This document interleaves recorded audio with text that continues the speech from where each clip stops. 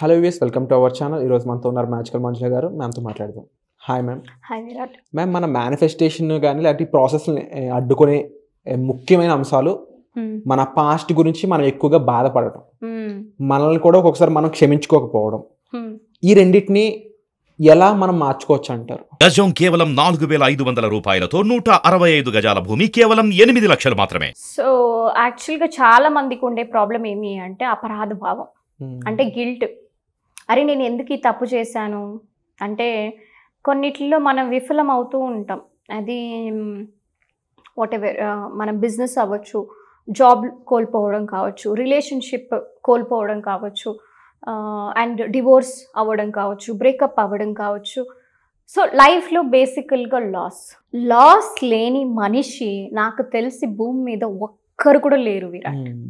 తప్పు చేయని మనిషి భూమి మీద ఒక్కరు కూడా ఉండరేమో.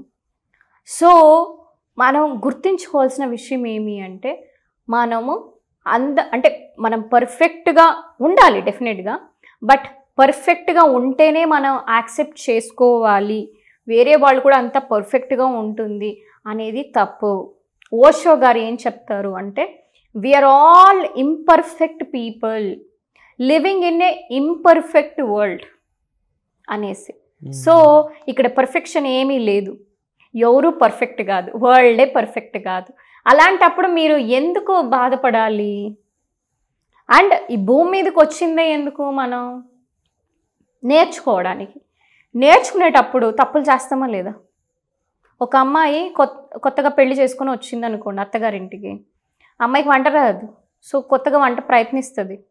సో మాడకుండా, ఉప్పు కారం ఎక్కువ వేయకుండా తను నేర్చుకోగలదా? తను మిస్టేక్స్ చేస్తుంది. మిస్టేక్స్ చేస్తేనే తను ఇప్పుడు ఎక్స్పర్ట్. అది మీ అమ్మగారు కావచ్చు, మా అమ్మగారు కావచ్చు, ఎవరైనా తప్పులు చేసే వాళ్ళందరూ కూడా ఎక్స్పర్ట్ అయ్యారు. చిన్నప్పుడు సైకిల్ నేర్చుకునేటప్పుడు పడిపోతాం, దెబ్బలు తగులుతాయి, మోకాలు గీసుకుంటుంది, రక్తం వస్తుంది, అన్నీ కూడా సర్వసాధారణమే.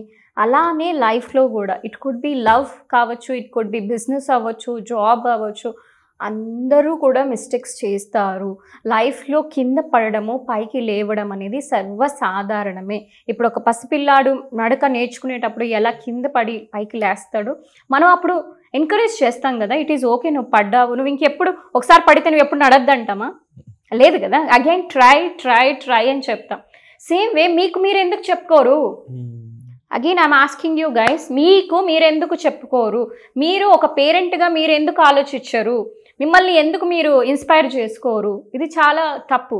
సో మీ పిల్లాన్ని మీరు ఇన్స్పైర్ చేస్తారు, వేరే వాళ్ళు ఏదన్నా కింద పడుతుంటే బ్రేకప్ అయితేనే రే it's okay fine get up move on అని చెప్తాం. నీకు నువ్వెందుకు చెప్పుకోవు? నువ్వెందుకు అపరాధ భావంతో ఫీల్ అవుతూ ఉంటావు? Life is all about learn. So learn, keep on moving, అదే మనకి ఉండాలి. ఈ అపరాధ భావం అనేది పక్కన పెట్టేసి it is okay to make mistakes, it is okay, it's okay to fail. Actually I think నేను ఒకసారి విరాట్ నేను ఈయనది ఒక ఇంటర్వ్యూ చూశాను, ఐ థింక్ టోనీ రాబిన్స్ అనుకుంటా. సో ఆయన ఒక మాట చెప్పారు, గివ్ పర్మిషన్ టు ఫెయిల్. చాలామందికి ఫియర్ ఆఫ్ ఫెయిల్యూర్ ఉంటుంది. అంటే నేను ఇది బిజినెస్ స్టార్ట్ చేస్తా ఫెయిల్ అయిపోతే, ఈ రిలేషన్షిప్ స్టార్ట్ చేస్తా ఫెయిల్ అయిపోతే, అంటే ఫియర్ ఆఫ్ ఫెయిల్యూర్ అనేది. So give your self permission to fail. నువ్వు ఫెయిల్ అయితే, ఫెయిల్ అయినప్పుడు ఆ కలిగే భావనలు ఎలా ఉంటుంది నువ్వు ఎక్స్పీరియన్స్ చేయగలవు. లేదంటే నీకు ఆ ఫీలింగ్ ఎలా తెలుస్తుంది? ఎంతసేపు విన్నర్ బోర్డ్ అనే వేసుకునేకి అవుతుందా? Sometimes we fail. ఆ లూజింగ్ ఎలా ఉంటుందో కూడా మనకు తెలియాలి, అప్పుడే మనకి ఆ విన్ అనేది కూడా ఆ టేస్ట్ తెలుస్తుంది. So it is okay to fail, but again don't make the same mistake. Do it with consciously and keep moving and moving. That is where success comes. ఏ విషయాల్లో అయితే మనం ఇరుక్కుపోయి ఉంటామో, లేకపోతే ఎవరైతే ఆడియన్స్ కానీ లేకపోతే ఎవరైతే సఫర్ అవుతున్నారో స్పెసిఫిక్గా వాళ్ళ తప్పు ఉందని గిల్ట్ ఎక్కువ రీజన్ అవుతుందంటారా, లేకపోతే ఆ సిచ్యువేషన్లో ఎందుకు ఉండిపోవడానికి మెయిన్ రీజన్ ఏదై ఉంటుంది కారణం?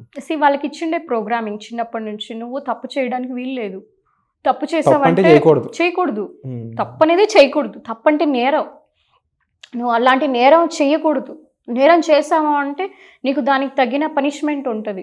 సో ఇటువంటి భావనలు మనకు చిన్నప్పటి నుంచి మన పేరెంట్స్, సొసైటీ పెట్టిన నిబంధనలు అన్నమాట. ఈ రూల్స్ అండ్ రెగ్యులేషన్స్ వల్ల చాలా ప్రెషర్ అయిపోయి పిల్లలు కావచ్చు, యూత్ కావచ్చు, ఇలా తప్పుడు దావలో పట్టిపోయి యాక్చువల్గా మీరు ఆ ఫ్రీడమ్ ఇచ్చారంటే వాళ్ళు తప్పు చేయరు, వాళ్ళకి అసలు చేయాలనే ఆలోచన కూడా ఉండదు, ఫ్రీగా వదిలేశారంటే. కానీ ఇప్పుడు పేరెంట్స్ వీళ్ళు తప్పు చేస్తారేమో భయంతో నిజంగా వాళ్ళు తప్పు చేస్తారు. సో అటువంటిది పరిస్థితి అయిపోయింది. సో ఒకటి వాళ్ళకి ఓన్గా ఇచ్చుకునే ఒక ప్రెషరు ఉంటుంది. సొసైటీలో చిన్న చూపు చూడడం, నువ్వు తప్పు చేసావు, నువ్వు ఒక ఫెయిల్యూర్ అయిపోయావు, ఒక ఉద్యోగంలో ఫెయిల్ అయిపోయావు, ఒక రిలేషన్షిప్లో ఫెయిల్ అయిపోయారు అంటే చిన్న చూపు చూడడం. అది వాళ్ళకు కూడా ఏమంటారు, వాళ్ళ పర్సెప్షన్ సరిగ్గా లేకుండా, వాళ్ళ కండిషనింగ్ సరిగ్గా లేకుండా అలా చేస్తున్నారు.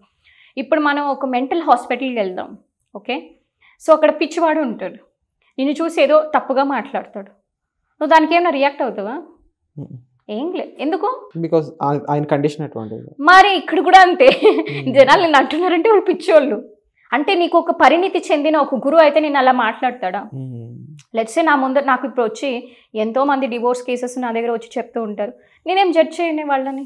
ఎంతోమంది బ్రేకప్ అయి ఉంటారు, ఎంతోమంది బిజినెస్లో ఫెయిల్ అయి ఉంటారు, ఎంతోమంది జాబ్ కోల్పోయి ఉంటారు. మనకి ఒక కంపాషన్తో వినాలి. ఒక మాట మనిషి చెప్తున్నారు అంటే ఒక కరుణ, అమ్మకి ఎంత ప్రేమ కరుణతో వింటామో అదేవిధంగా మన సొసైటీ పట్ల ఆ కరుణ ఉంది అంటే అసలు క్రిమినల్సే ఉండవు, జైల్సే అవసరం లేదు, నిజంగా ఈ మిలిటరీ ఏమీ అవసరం లేదు. ఒకటే ప్రేమ ఉందంటే ఇమాజిన్ చేయండి. ఇప్పుడు మనకు ఆ ప్రేమ లోపించి భయంతో ఈ జెలసీ ఇట్లాంటి వాటిల్లో మనం కూరుకుపోయి ఇలాంటి ఒక భయంకరమైనటువంటి వరల్డ్ని మనమే క్రియేట్ చేసుకున్నాం. So don't judge others. వాళ్ళ స్టోరీ మీకు తెలియకుండా అనవసరంగా వాళ్ళని జడ్జి చేయడం అనేది కరెక్ట్ కాదు. ఎందుకంటే మనం 100% కరెక్టా అని మీరు క్వశ్చన్ వేసుకోండి. మీరు జీవితంలో ఎటువంటి ఒక్క చిన్న కూడా తప్పు చేయలేదంటే అప్పుడు మీకు అర్హత ఉంటుంది. నాకు తెలిసి ఎవరు అలాంటి వాళ్ళు ఉండరు. So don't judge anybody. ఎందుకంటే మీరు జడ్జ్ చేస్తున్నారు అంటే మిమ్మల్ని జడ్జ్ చేసే వాళ్ళు రెడీగా ఉంటారు. That is the law of universe. ఇంకా ఇటువంటి ప్రోగ్రామ్స్ ఉన్నాయి మ్యామ్, ఇలాంటివి హీల్ చేయడానికి కానీ, ఇలాంటి మనుషుల్ని బెటర్ చేయడానికి కానీ, మేనిఫెస్టేషన్ వాళ్ళకి వర్క్ అయ్యేలా చేయడానికి. నా దగ్గర చాలామంది వస్తారు విరాట్. అంటే బిజినెస్లో లాస్ అయిన వాళ్ళు, డివోర్స్ అయిన వాళ్ళు, బ్రేకప్ అయిన వాళ్ళు, జాబ్ పోయిన వాళ్ళు, ఎవరికి వచ్చినా ప్రేమతో మేము ఈ సబ్జెక్ట్ నేర్పించడం జరుగుతుంది. ఎందుకంటే వి సీ దట్ మేము మనుషుల్లాగా చూడం, వాళ్ళ ఒక పూర్ణ ఆత్మలాగే చూస్తాం. ఒక దైవంలాగా చూసినప్పుడు ఒక దైవం ఒక యాక్ట్ చేస్తుంది. ఇప్పుడు ఒక శ్రీకృష్ణ లీల ఎట్లా ఉంటుంది, ఆయన వెన్న దొంగతనం చేస్తాడు. సో అది ఒక లీల, ఒక మాయ అనుకొని ఎలా చూస్తామో ఒక యాక్ట్, ఇలా కూడా వీళ్ళని ఒక చిన్న పిల్లాడిలాగా చూసుకున్నప్పుడు అందులో మనకి ఎటువంటి కల్మషము ఉండదు. So when we accept them as they are, they feel comfortable instead of judging. So అలాగా మేము వాళ్ళకి మీరు తప్పు ఏమీ లేదు, ఇట్ ఈస్ ఓకే, ఇవన్నీ కూడా అందరికీ సర్వసాధారణమే, అటువంటి ఒక గైడెన్స్ వాళ్ళకి లభిస్తుంది. అప్పుడు వాళ్ళు సేఫ్గా కంఫర్టబుల్గా ఫీల్ అవుతారు. వాళ్ళ ఎమోషన్స్ని రిలీజ్ చేసేదానికి మంచి ప్లాట్ఫామ్ అన్నమాట. సో మా అకాడమీ దాని ద్వారా వాళ్ళ బ్లాక్స్ ఏవైతే ఉంటుందో హార్ట్లో ఉండే పాస్ట్ హర్ట్స్, బ్లాకేజెస్, సబ్కాన్షియస్ మైండ్లో వీటికి సంబంధించినవన్నీ కూడా రిలీజ్ అయిపోతుంది. సో హ్యాపీగా మేనిఫెస్టేషన్ ఇలా జరుగుతుంది. Wonderful ma'am. అండ్ చాలా ఇంపార్టెంట్ క్రూషియల్ ఇన్ఫర్మేషన్ మాకు ఇచ్చినందుకు thank you so much ma'am. Thank you. And తప్పకుండా ఇలాంటి విషయాలతో ఇబ్బంది పడుతున్నా, మేనిఫెస్టేషన్ ఎందుకు జరగట్లేదని మీరు ఆలోచిస్తున్నా ఒక సొల్యూషన్ అయితే ఉంది మ్యామ్. ఒక ఫ్రీ వెబినార్ అయితే కండక్ట్ చేయబోతున్నారు. ముఖ్యంగా ఇలాంటి ప్రాబ్లమ్స్ ఎవరైతే ఫేస్ చేస్తున్నారో వాళ్ళ కోసం మీరు ఇందులో పార్టిసిపేట్ చేయొచ్చు విత్ కామెంట్ సెక్షన్ ఇచ్చిన గూగుల్ ఫామ్ని ఫిల్ చేయడం ద్వారా. సో దీనికి సంబంధించిన డౌట్స్ ఉంటే డిస్ప్లే అవుతున్న నెంబర్స్ కాల్ చేసి ఇన్ఫర్మేషన్ తీసుకోవచ్చు.